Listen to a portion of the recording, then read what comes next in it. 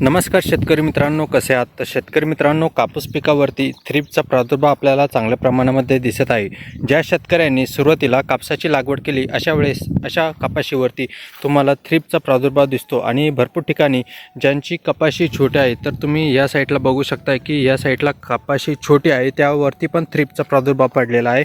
पण मात्र जी कपाशी छोटी आहे त्यावरती कोणती फवारणी करावी आणि जी कपाशी चांगल्या प्रमाणामध्ये वाढ झालेली आहे, गुडघ्या लेवल किंवा त्याच्यावरती आलेले आहे, तर अशा वेळेस आपल्याला चांगल्या प्रकारची फवारणी करणं अत्यंत आवश्यक आहे. की तुम्ही बघू शकता की अशा ठिकाणी आता कापूस पिकामध्ये पाते लागण्याची संख्या चालू झालेली आहे. तर भरपूर ठिकाणी पात्याची संख्या चांगल्या प्रमाणामध्ये जर वाढले तर आपल्या उत्पादनामध्ये मोठी वाढ होते.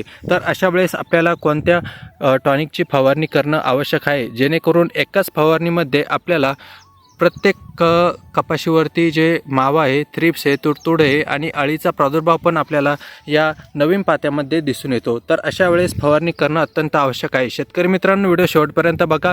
तर आजच्या व्हिडिओमध्ये शेतकरी मित्रांनो, सुरुवातीला जर तुम्हाला तुमच्या कापूस पिकावरती थ्रिप्सचा प्रादुर्भाव दिसत असेल किंवा काळा थ्रिप्स किंवा हिरवा पांढरे तुडतुडे दिसत असेल किंवा पांढरी माशी दिसत असेल, तर अशा वेळेस आपल्याला चांगल्या प्रकारचं औषध म्हणजे जे की इन्सेक्टिसाईड घेणं आवश्यक आहे. तर त्यामध्ये तुम्ही जे आपण UPL कंपनीचं फॉस्किल, जे की आपण भरपूर शेतकरी मोनोशिल या नावाने त्याला ओळखतात. तर शेतकरी मित्रांनो, भरपूर शेतकरी मोनोशिल याची फवारणी करतात. तर कमी खर्चामध्ये तुम्ही मोनोशिल फवारणी करू शकता.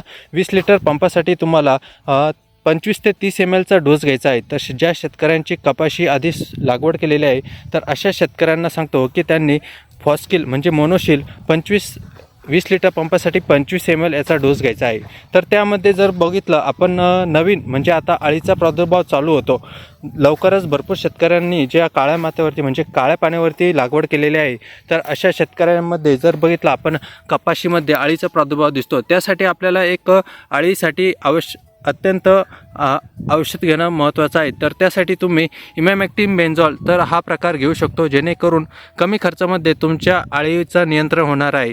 तर शेतकरी मित्रांनो, सर्वात जास्त अळीचा डोस खतरनाक घेणं आवश्यक नाही, जेणेकरून जर तुम्ही आता अळीसाठी जर चांगल्या कंपनीचं महागडं औषध घेतलं तर येणाऱ्या काळामध्ये तुमच्या कपाशीचे जे पानं आहे ते लाल होऊ शकतात. त्यासाठी आता अळीचं औषध घेताना तुम्हाला म्हणजे कमी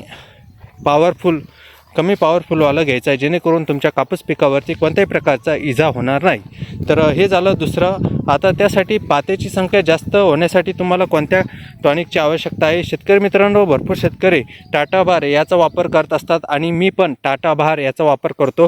टाटा कंपनीचा टाटा बार जेणेकरून तुमच्या कापूस पिकामध्ये चांगल्यात जास्त पात्याची संख्या वाढ करते. त्याच्यामध्ये तुमचं जे फुलाचं रूपांतर आहे ते बोंडामध्ये करते आणि जे काही नवीन पाते लागणार आहे त्याची संख्या इथं वाढत असते. तर शेतकरी मित्रांनो, टाटा बार तुम्ही घेऊ शकता. अशाच तिन्हीचं कॉम्बिनेशन करून तुम्ही तुमच्या कापूस पिकावरती फवारणी करू शकता.